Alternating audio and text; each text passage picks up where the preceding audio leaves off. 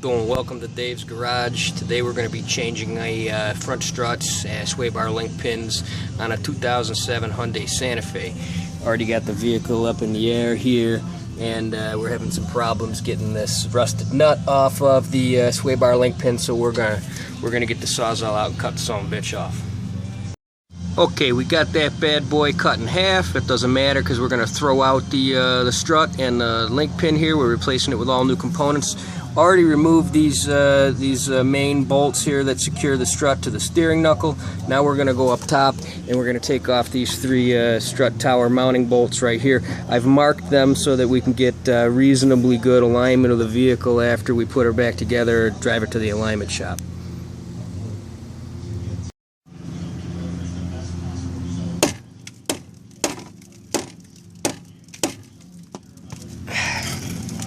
That's off of there. Loose from the steering knuckle. The whole assembly's loose now. We're going to remove this brake line here from this clip, and then we're going to pull that sucker right out of there. Okay, we got that sensor wire out of there. That's for the anti-lock brakes. Now this guy's ready to come right out of there. She's heavy.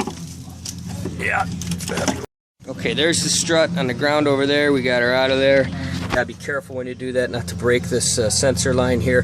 Here's the other piece of the sway bar link pin that I cut off. I gotta get that bolt off of there now. And once we're done with that, then we gotta go over to the strut there. We gotta put the spring compressors on it, compress that spring, and get it ready to go on the new strut assembly.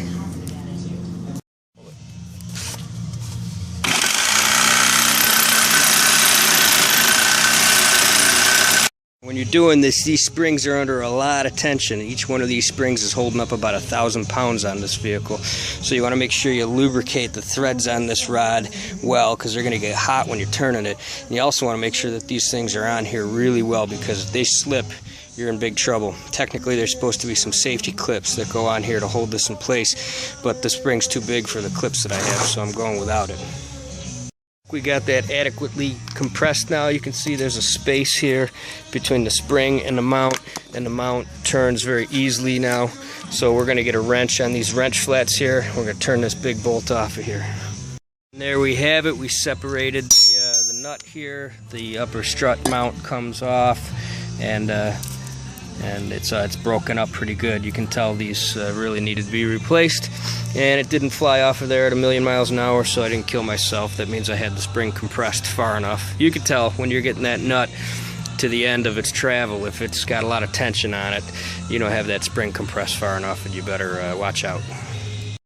So there you have it. You got the coil spring off now. You've got the strut rubber bushings here for the top and the bottom off. There's your strut.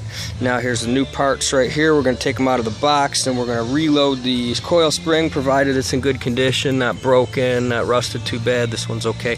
We're going to put that back on the new strut, put it back in the car.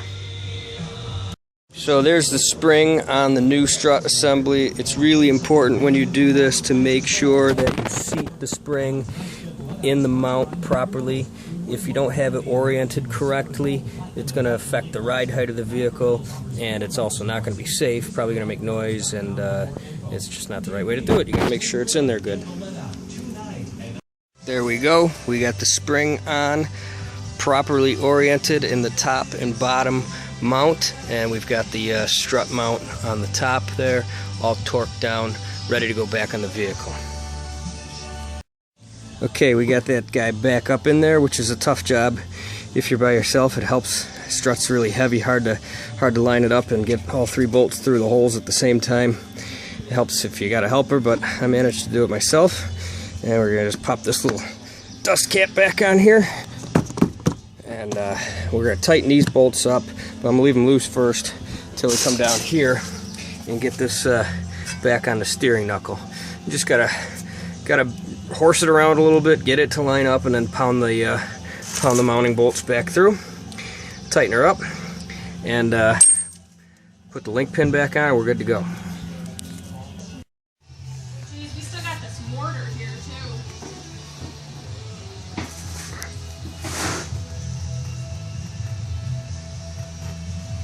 So that's a grandpa, Dad, on his